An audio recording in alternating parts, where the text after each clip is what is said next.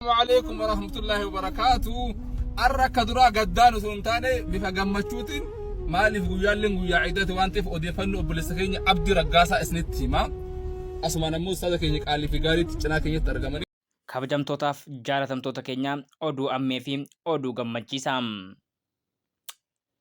Torbanoota kana keessa egaa Abdii Raggaasaa dhukkuba hamaa sana balaan hamaan sun irra gahuu dhaqqabee sababeeffatee yaalii biyya alaatti deemee yaalamuuf birrii akka gargaarsii barbaadamaa ture hundi keessanuu ni beektan. Turtii guyyoota muraasa kana keessatti osoo galii wal sassaabuu baallama guddaan dhaqqabeen namoonni fi daasforaan abbaan qabeenyaa muraasni qofittiin walii galanii birrii miiliyoona 8 maallaqa Itoophiyaa geessisanii jiran jechuudha. Oduun kun oduu baay'ee nama gammachiisudha.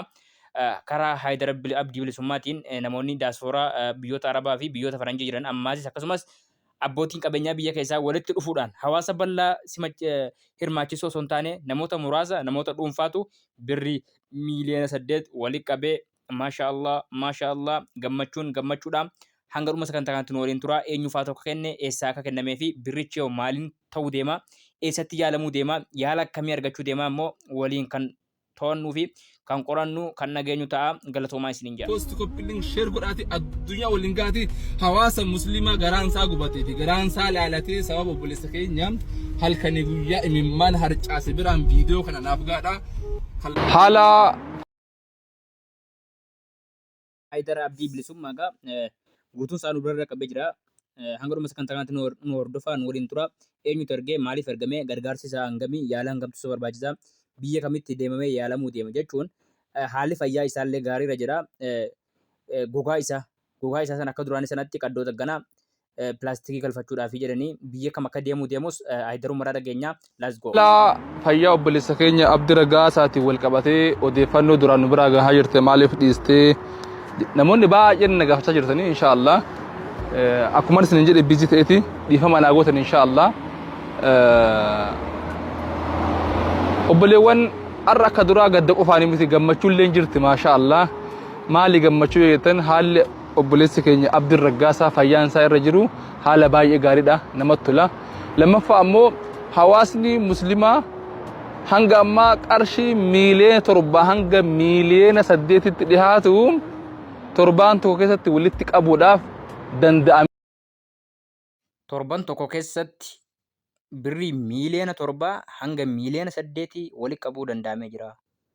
Bakka Abdiin Geetachootii fi Maaster Sharafuuddiin namoonni hedduun feemisoonni keenya illee duuriyyeen illee sheekotiin illee warroonni hawaasa quuqama hawaasa kanaa qaban keessattuu Abdiin Geetachoo fi Haayidar Abdii Bilisummaa kun baay'ee takka ciqqamee jira. Galatoomaa isiniin jecha birriin miiliyoona 8 waan xiqqoo miti. Otoo gargaarsa guddaa ta'e itti baallamamee sheekotiin hedduun irratti argaman immoo hanga miiliyoona 20 guuramuu danda'a. Inshaallah yoo rabbi jedhe abdiin bakka isaa duriitti ni deebi'a. Hin fayyaa yaalas ni argata. Waan barbaachisu hundayyuu argatee fayyaa isaatiin ilmoo isaa maatii isaatti deebi'ee akka duraanii sanatti lallabata. Allahu akbar hin danda'amu. Akka immoo namoonni tokko ta'edhaa jiranitti biyya Turkii yeroo dhaqattee sarjarii yeroo godhatetti sarjariin yeroo tokko qofaan godhatamu yeroo 2-3 irra deddeebi'amee godhatama. Pilaastikii galfama waan ta'eef birriin itti xiqqaachuu mala. Ammallee gargaarsi keessan biraa akkan dhaabbanne gargaarsi guddaan Ramadaana booda Shawwaal kana keessa taasifamuun ni yaadama jedhetan yaada.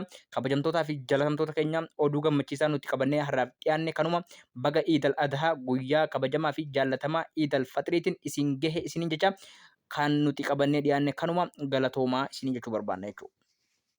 Oromoon hanga dhuma sagantaa kanatti nu hordoftan galatoomaa.